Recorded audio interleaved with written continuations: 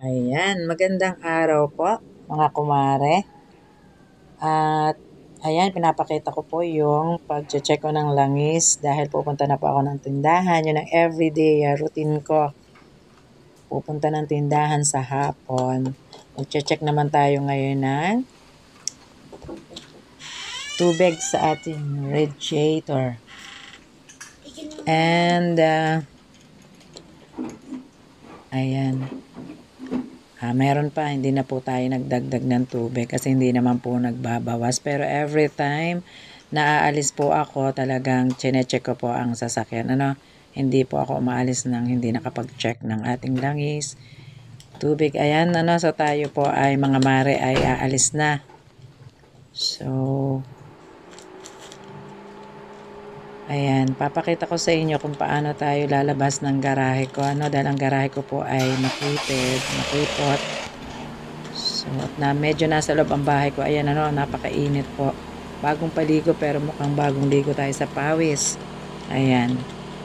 So, ayan, papakita ko sa inyo kung paano tayo lalabas ng garahe. Paatras po yan.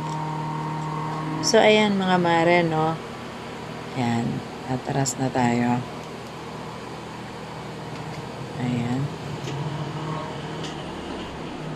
Ayan, start na tayo. Ayan, umaatras na po tayo, kung mapapansin nyo. Ayan. Diyan sa kabilang bahay, yan naman mga mare, ang bahay ng aking kapatid. At mayroon siyang step dyan sa harap ng kanyang terrace. At iyan po ay kailangang iwasan.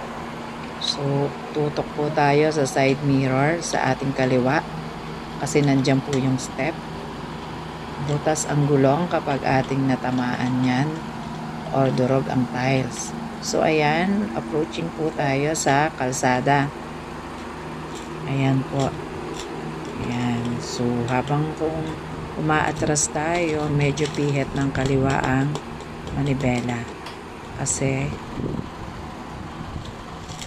ayan po. Ayan, kalsada na po yan. Andiyan na po tayo sa kalsada. At may poste po sa unahan, kailangan ding iwasan sa pag-abante. So, ayan. Abante na po tayo. Ayan po ang poste. Ayun. Ayan. So, punta na po tayo ng tindahan, mga mare.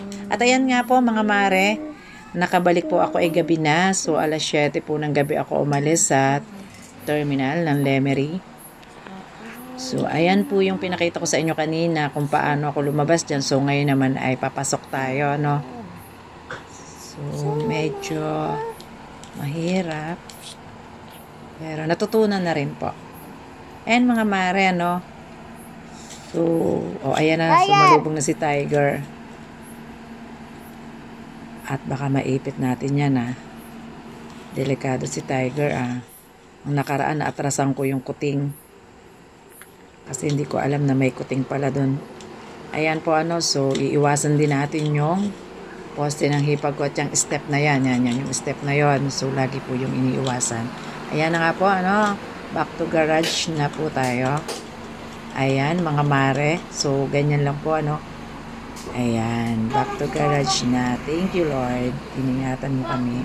At ayan po, ang akin naman pong anak ay laging super alala kay mama. Kaya, pagdating ni mama ay nandyan po siya at ina-assist si mama sa garahe. Yan mga mare. So for the meantime lang po at update ko kayo everyday sa ating everyday routine. Tindahan, bahay. Bye mga mare. Yan mga mare. Thank you for watching.